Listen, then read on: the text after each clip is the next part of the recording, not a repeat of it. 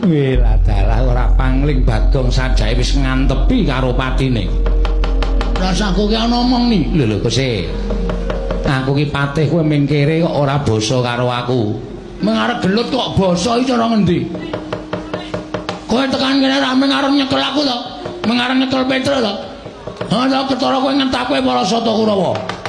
Ateges kowe arep tumindak ala karo Bagong. Gunane apa aku mbasani kowe? Gunane apa aku tata krama karo kowe? Ora ana perlune. Arep kowe patih, arep aku kawula. Nek aku ora butuh basa karo kowe. Lho, yen ngono pancen tok antepi kowe wani karo Patih Sengkuni. Wis biyen.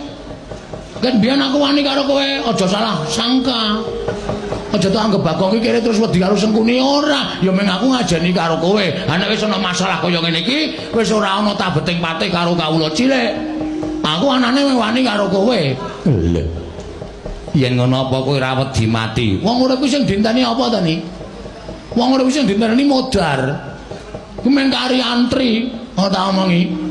Mengkari karepe kersaning Gusti.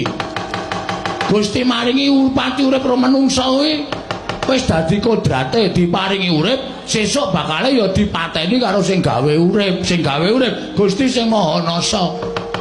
Antrine nomor pira kuwi karo aku ora ngerti. Isa uga bengi iki Bagong mati dening Kurawa. Berarti Bagong wis pinesti mati saka tanganing Kurawa sing ngersake sing gawe urip. Ning isa uga bengi iki Sengkuni potol ndase. Kuwi wis dadi kersane sing gawe urip. Ngono, rasaku ki ana omong aja mejang Bagong. Aku iki duka tok wejang. Piye lah dalah. Ora lah dalah iki serius. Terus, ngati-ati lho. Ya. Padha-padha le loro. Heeh. Sing ngarep dhewe Sengkuni, aku ya ngarep.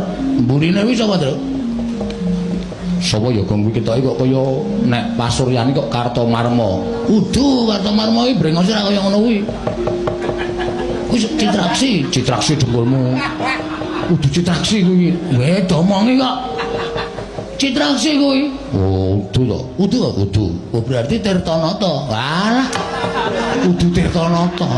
Kuwi sapa ini? Lho. Malah takon karo aku ora ngerti. Kurawa arang-arang metu kuwi. Sapa wae, Mas? Aku Surtayu, Bagong. Wah, Setayu. Surtayu. Tak ngerti to? Urung. Anyaran iki. Heeh. Wes ora masalah, ora tau tepung ya kon molo tak polone. Yen ngono kowe wani karo para Sata Kurawa Sing tak wedeni apamu? tiban tangane Surtayu pecah sirahmu. Maju le. Aku tak ngaso. Tiban tangane Petro ambiar. Maju, Tru. Aku tak golek es teh. Oh, pancen badut ora.